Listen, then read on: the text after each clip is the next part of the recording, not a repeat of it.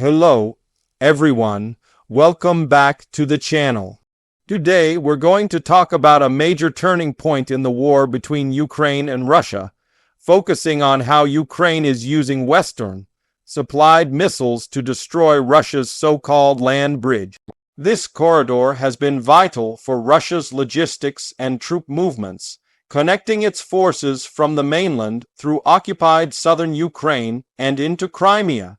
Ukraine's recent use of advanced Western weapons has turned this supply line into a battlefield target, and the results are beginning to show. The idea of the land bridge came about after Russia invaded Ukraine in 2022.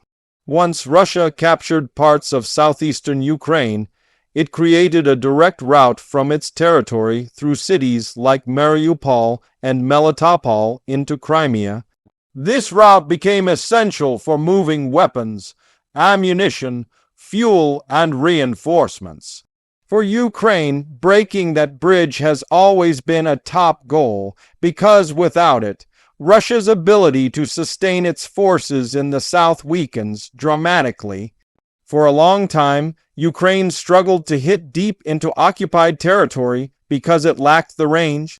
Its Soviet-era missiles could only strike relatively short distances, but that changed when Western countries started supplying Ukraine with more advanced precision weapons. Systems like the British Storm Shadow, the French Scalp, and the American ATACMS have given Ukraine the ability to reach far behind Russian lines and hit key logistics points with precision. These missiles are game changers. The Storm Shadow, for example, can travel over 250 kilometers and strike with pinpoint accuracy. The ATACMS can go even farther. Ukraine has used them to target bridges, ammunition depots, and rail lines that are crucial for Russian supply chains. By hitting these, Ukraine doesn't just destroy infrastructure. It chokes off the supplies that Russia's front lines depend on. Recent strikes have already caused major disruptions.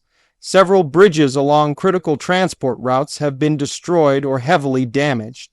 Reports indicate that Ukraine successfully hit targets in occupied Crimea, including military depots and command centers. In some cases, Russian authorities admitted that Ukraine used Western-made missiles to destroy a bridge inside the Kursk region of Russia itself. That's a major psychological blow, showing that even areas Russia thought were safe are now vulnerable. Every bridge destroyed or depot hit forces Russia to reroute supplies, slowing their logistics and increasing strain on the system. These longer routes are more exposed and harder to protect, giving Ukraine more chances to strike again. It also forces Russia to use more fuel and manpower to move goods, stretching its resources thinner over time. For Ukraine, this strategy isn't just about immediate destruction, it's about long-term pressure. By continuously hitting these targets, Ukraine forces Russia into a defensive mode. Instead of pushing offensives, Moscow has to spend more effort rebuilding, repairing, and defending infrastructure. That shift can slow down Russian momentum and give Ukraine breathing room to regroup or launch its own counterattacks. Another benefit of these long-range strikes is psychological. For months, Russia operated under the assumption that its rear areas were safe. Airfields, command posts, and storage depots far behind the front lines were considered untouchable. Now, with Western missiles in play, that safety is gone. Russian troops know that nowhere is entirely secure anymore, and that uncertainty can have a real impact on morale.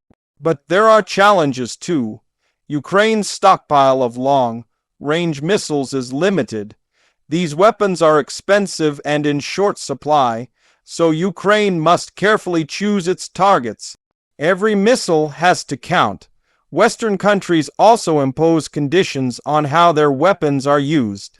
Some allies are cautious about allowing Ukraine to strike inside Russia's territory, fearing it could escalate the conflict further. This political balance affects how freely Ukraine can conduct its campaign. Despite these limits, Ukraine has managed to make significant progress. The consistent targeting of Russian supply lines has made logistics one of Russia's biggest headaches. Without reliable transport routes, supplying tens of thousands of troops becomes far more complicated. Armies run on fuel, ammunition, and food. Cut those off, and even the strongest army weakens. Russia, of course, isn't sitting idle. It has been trying to adapt. Engineers are building new routes, reinforcing bridges, and creating alternative paths through occupied territories. Supply convoys are being rerouted through less exposed areas, and mobile logistics centers are popping up to replace those destroyed. Russia is also investing heavily in air defense to intercept incoming missiles before they reach their targets. But Ukraine has shown remarkable skill in planning its attacks to evade these defenses, often launching coordinated strikes from multiple directions. Beyond the tactical level, the destruction of Russia's land bridge carries strategic significance. The land bridge is not just a military asset, it's symbolic of Russia's control over southern Ukraine. Breaking it would isolate Crimea from the rest of the occupied territories, making it harder for Moscow to sustain its hold there. For Ukraine, this would be a major step toward reclaiming territory and showing that Russian dominance can be challenged effectively. If Crimea becomes harder for Russia to supply, its military position weakens drastically.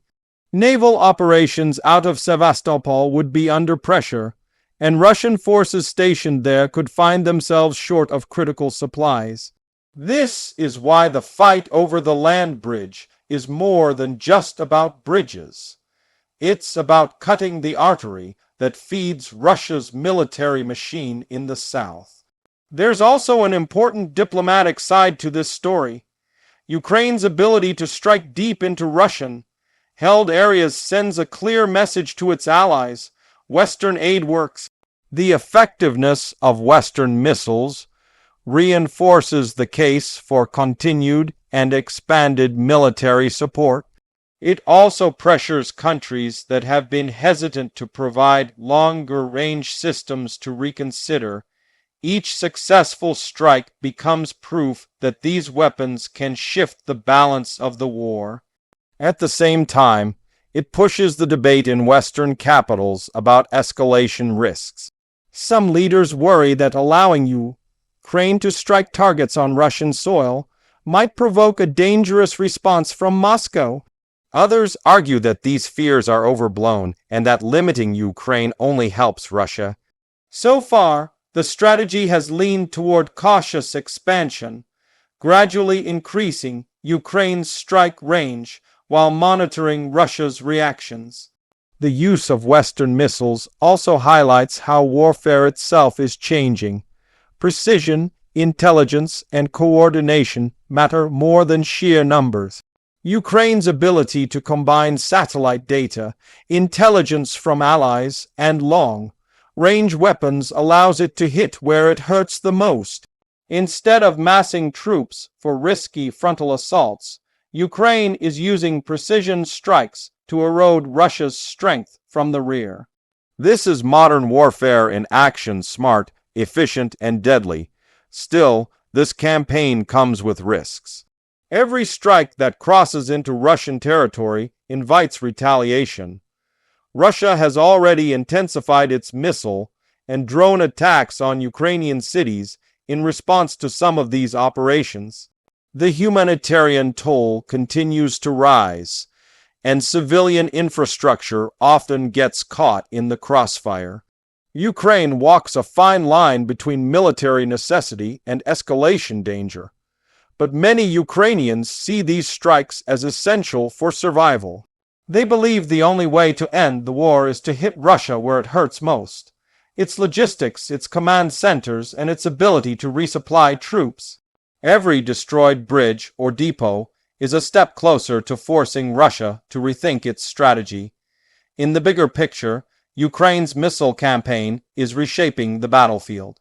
What once was a static front is now fluid, with deep strikes turning the rear into a zone of constant threat.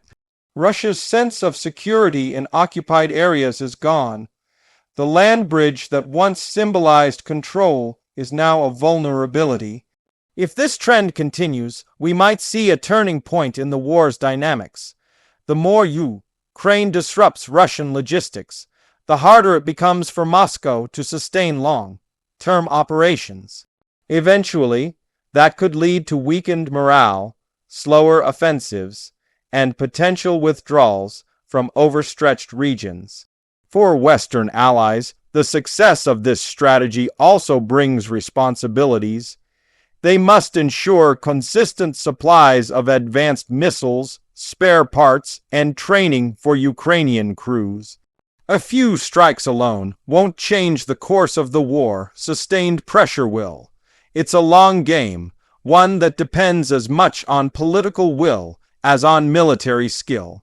In summary, Ukraine's use of Western missiles against Russia's land bridge represents a crucial evolution in the conflict.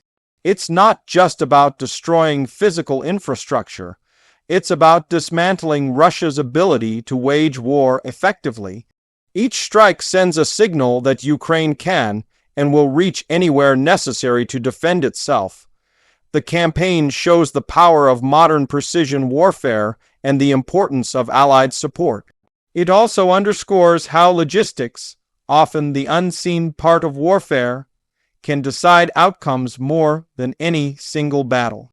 Cutting off supplies can be just as powerful as capturing territory.